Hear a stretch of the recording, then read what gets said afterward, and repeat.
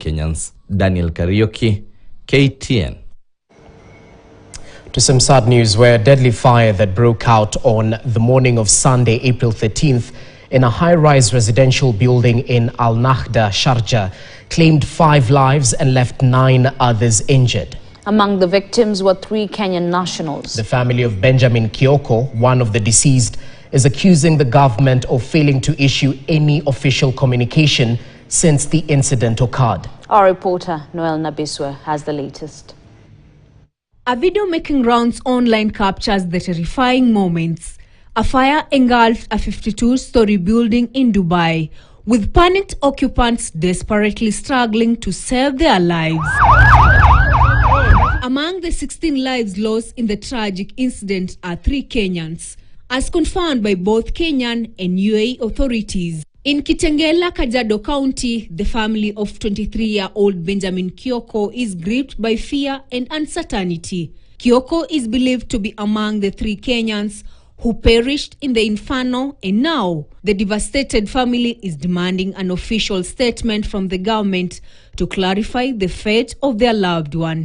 Tumetumia uwezo wetu kama familia tu kuweza kupata ujumbe kutoka pande ile ya UAE. Mpaka wa leo serikali haijaweza kutuweza kupata ujumbe kamili kutoka kwa serikali ya Kenya. Kioko's mother, Evelyn Zilani, described him as a devout, hard-working young man whose bright future was cruelly snatched away, a pillar of strength for the family. Alikuwa kijana mwenye bidii katika hii jamii yetu na jamii yote kwa jumla.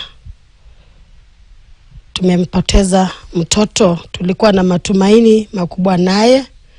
The grieving family has pointed fingers at the UAE government, accusing it for negligence, which they believe contributed to the tragic loss of life. We feel that after all is said and done, after doing all, as a family to take your kid to school and everything, giving him opportunities, then trying to send him to a country abroad, only to come back to us as a cargo. Despite the grim reports, Kioko's family clings to hope, praying that he may somehow be safe and will one day return home alive and well. Noel Nabiswa for KTN. Quite sad. May their souls rest in eternal peace. Now moving on.